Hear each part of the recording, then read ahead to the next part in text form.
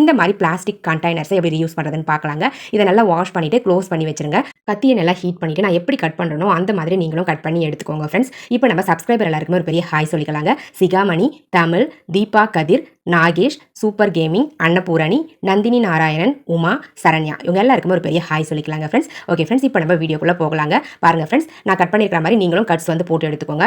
ஒரு போர்ஷன் சின்னதாகவும் ஒரு போர்ஷன் பெருசாகவும் இருக்கிற மாதிரி மாற்றி மாற்றி கட் வந்து போட்டுக்கணும். ஸோ அப்போ தான் வந்து நம்ம கட் பண்ணி எடுக்கும்போது கரெக்டாக இருக்கும். பாருங்கள், இப்போ நம்ம கட் பண்ணிட்டோமா, அடுத்தது சைடில் வந்து பார்த்தீங்கன்னா இந்த மாதிரி ஒவ்வொரு போர்ஷன் விட்டுட்டு நீங்கள் கட் பண்ணணும். இதே மாதிரி ஆப்போசிட் சைட்லையும் கட் பண்ணிக்கோங்க. பாருங்கள் ஃப்ரெண்ட்ஸ், இந்த மாதிரி கட் பண்ணி எடுத்தீங்க அப்படின்னா உங்களுக்கு சின்ன சின்னதாக வந்து பார்த்தீங்கன்னா போர்ஷன்ஸ் வந்து உங்களுக்கு தனித்தனியாக கிடைக்கும். ஸோ இப்போ நம்மளுக்கு மொத்தம் வந்து பார்த்தீங்கன்னா 5 போர்ஷன் கிடைச்சிருக்குங்க. இன்னும் கூட ஒரு போர்ஷன் வந்து எக்ஸ்ட்ரா கட் பண்ணிக்கலாம், நம்ம கொஞ்சம் ஸ்பேஸ் இருக்குது. மொத்தமாக டோட்டலாக வந்து பார்த்தீங்கன்னா நம்மளுக்கு 6 போர்ஷன்ஸ் கிடைச்சிருக்குங்க.